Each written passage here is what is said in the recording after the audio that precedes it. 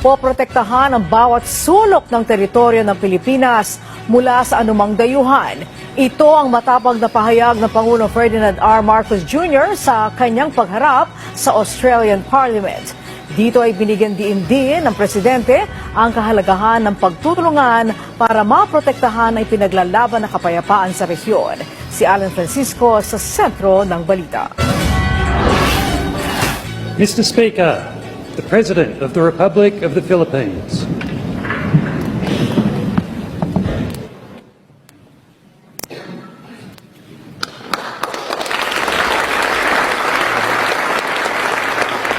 Your Excellency, President Marcos, on behalf of the Australian Government and indeed the Australian people, it is my very great pleasure to welcome you and the First Lady to our nation's Parliament. Mainit ang naging pagsalubong kay Pangulong Ferdinand R. Marcos Jr. at First Lady Liza Marcos ang Parliament ng Australia. Nasa Canberra, Australia ang Pangulo para sa kanyang state visit. Kasunod ang imbitasyon ni Governor General David Hurley. Si Pangulong Marcos, ang kauna-unahang Pangulo ng Pilipinas na nakapagsalita sa Australian Parliament. Dito ay binigyang diin niya ang pagtutulungan ng Pilipinas at Australia, partikular sa pagpapalakas ng maritime partnership sa South China Sea issues. Sabi ni Pangulong Marcos, 1860 pa nagsimula ang partnership ng dalawang bansa. Noong panahon ng kanyang amang si dating President Ferdinand E. Marcos Sr., sinamahan nito si dating Prime Minister Whit Lam sa isang sentimental tour sa Bataan at Corridor noong 1974. All of these further affirm what our two peoples have already forged through many centuries. I look back on our shared history to contextualize the role that our respective nations played and continue today to play at this watershed moment. Geopolitical polarities and strategic competitions threaten our hard-won peace, even as we remain beset by unresolved inequities and inequalities within and amongst nations. Powerful and transformative technologies can destabilize our political and social order.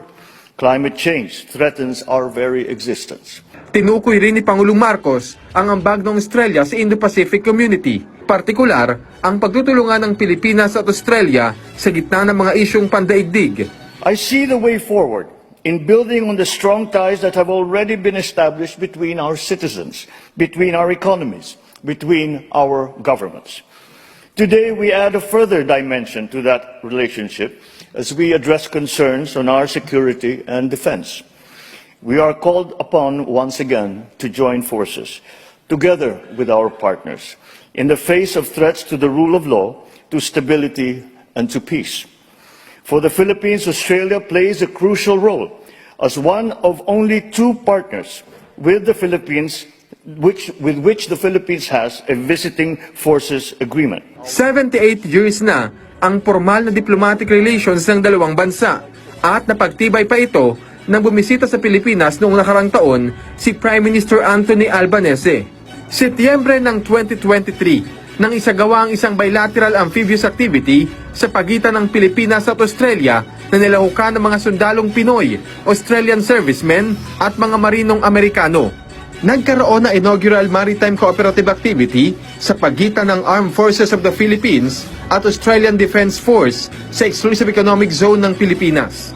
Once again, we must come together as partners to face the common challenges confronting the region. Not one single country can do this by itself. No single force can counter them by themselves. This is why our strategic partnership has grown more important than ever. We must reinforce each other's strengths. We must protect the peace that we fought for during the war and have jealously guarded in the decades since. We must oppose actions that clearly denigrate the rule of law. Binigyang diin din ng punong hekutibo ang paninindigan ng Pilipinas at Australia sa pagdepensa sa soberanya. Dito ay muling sinabi ni Pangulong Marcos na hindi papayagan ng gobyerno ang anumang pagtatangka ng alinmang banyagang bansa na kunin ang teritoryo ng Pilipinas. I shall never tire of repeating the declaration that I made from the first day that I took office. I will not allow any attempt by any foreign power to take even 1 square inch of our sovereign territory. We have an abiding interest in keeping our seas free and open and in ensuring unimpeded passage and freedom of navigation. We must uphold, preserve, and defend the unified and universal character of the United Nations Convention on the Law of the Sea as the constitution of the oceans. We draw strength from the consistent and unequivocal support of Australia and the international community for the lawful exercise of our rights, which have been settled under international law. Nagpasalamat din ng Pangulo kay Prime Minister Albanese sa personal commitment nito sa mundong walang nuclear weapons. Tinumbok din ni President Marcos ang issue ng climate change sa kanyang speech.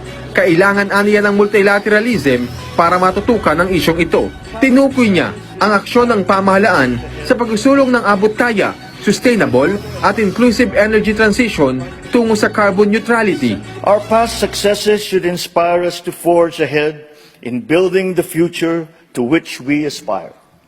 For the Philippines, we continue to see that future in our identity as Asians and as members of the Pacific family. Together with our Asian neighbors, and in that group I include Australia, we continue to work for a regional community that empowers all of our citizens. Bago matapos ang kanyang speech, partikular na nabanggit ng Pangulo ang people-to-people relationship sa pagitan ng Pilipinas at Australia. Katunayan, libo-libong Australians ang piniling magtrabaho at manirahan sa Pilipinas. At libo-libo ring mga Pilipino ang nag-aaral, nagtatrabaho at naninirahan sa Australia. My expectations under sa pamumuno ng ating President Bongbong Marcos is hope, a positive change para sa ating bansa, improvement na magbibigay sa bawat Pilipino ng pag-asa na magkaroon ng magandang buhay. Dahil naniniwala ako na kung kami nagawa namin dito sa Australia, marunong kaming sumunod sa batas, naging maganda ang buhay namin, why not hindi natin magagawa sa Pilipinas? Samantala, sa naging joint press conference ni Pangulong Marcos at Prime Minister Albanese, natalakay ang pagtutulungan ng Pilipinas at Australia sa usapin ng depensa, maritime cooperation at non-traditional security concerns. Gayon din sa trade and investments, development cooperation, multilateral collaboration at people-to-people linkages.